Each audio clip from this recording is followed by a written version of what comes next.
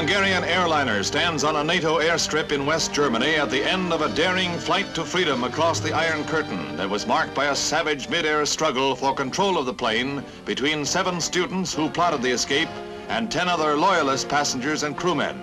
12 of the plane's 19 occupants went to the hospital on landing, including 5 of the escape conspirators.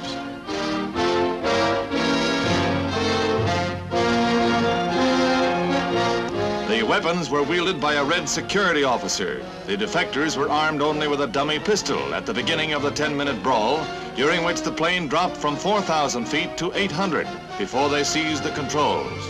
George Polyak, his head completely bandaged, piloted the plane to the ground almost fainting from loss of blood.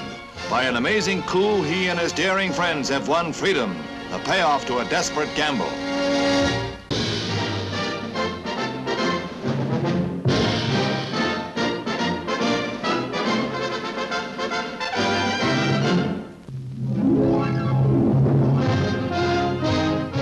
Scenes on the Austro-Hungarian border measure the scope of Hungary's anti-red revolt. West Hungary is rebel-controlled. From the uniforms of border guards, from the flags, the red star has been ripped. The hated symbol of communism is effaced wherever found. As sporadic fighting continues, the red regime offers virtual self-rule, and Russian forces begin withdrawals. Shipments of plasma are rushed across the frontier, where once the Iron Curtain barred all friendly contact. Casualties are believed to number thousands after days of fighting in which patriots with small arms battled Russian tanks and troops. From the United States, more plasma and medical supplies are being airlifted. The human need is clear, but the political outcome hangs in the balance after a revolt that began with student demonstrations and spread across the country like wildfire. At the United Nations, 5,000 denounced the massacre of Hungary's rebels, a grim reminder of the cost of the most telling blow ever struck at Russia's satellite empire.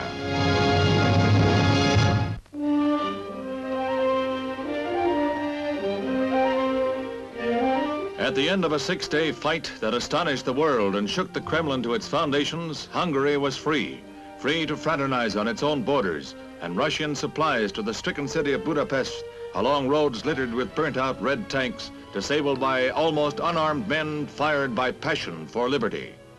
Flaring swiftly from student demonstrations into open revolution, the pent-up hatreds of oppression sent Russian might reeling and forced withdrawal of the red yoke. But even as these scenes were recorded, rumors flared of the re-entry of Russian forces and new fighting. The beautiful city of Budapest, scarred by conflict, again faces a Russian onslaught even before the debris of the fight for freedom is cleared from the streets.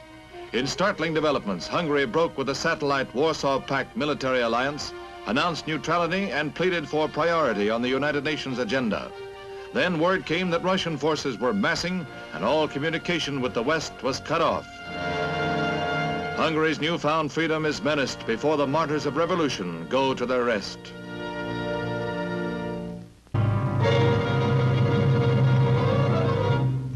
The streets of Rome are thronged with demonstrators cheering Hungary's fight against red domination. Students began the demonstration in the early morning, 500 of them. By midday, over 10,000 had joined the anti-communist protest. In nearly every major Italian city, similar demonstrations were staged. But in Rome, things got a little out of hand. When the crowd marched on Communist Party headquarters, police moved in to keep order.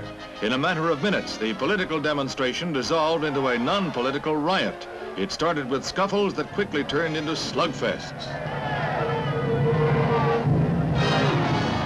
Through the heart of the city, the battle between students and police raged. No new thing in Italy, but perhaps by its very intensity, a measure of Rome's anti-communist fervor. Hungarians crossed the Austrian frontier, ending a desperate race to the west. Behind them, 8 Russian divisions smash into the country to snuff out the 12-day-old freedom.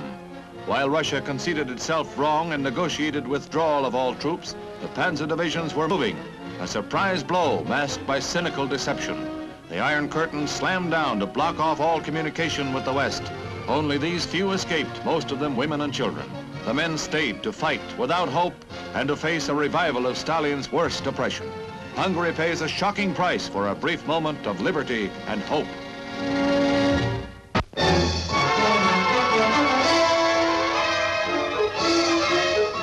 This is the death of liberty in Budapest. Encircled by units from 15 Red Armored divisions that have poured into Hungary, patriots fight to the last ditch as they attempt to eradicate hated Soviet books and flags before being ground under the iron heel of Russian juggernauts or being exiled into Siberia. While there is still time, thousands, both military and civilians, stream toward the Austrian border and the freedom they have bought so dearly. More than 10,000 succeed in reaching the haven, carrying with them the pathetic remnants of belongings they have been able to see, of uprooting and horror and armed oppression.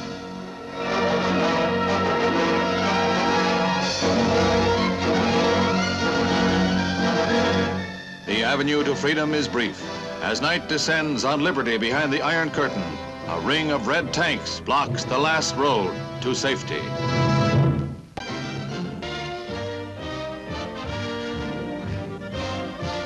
After repeated denunciations of the Hungarian puppet regime by the UN General Assembly, Imre Horvath, Hungarian foreign minister, leads his delegation in an angry exit from the Assembly Hall. Unimpressed, the Assembly votes on a sweeping condemnation of Russian brutality in Hungary and the refusal of the Red-dominated government to admit United Nations observers. With only a few abstentions, the nations of the world take their stand. Hungary's puppet regime and Russia are condemned.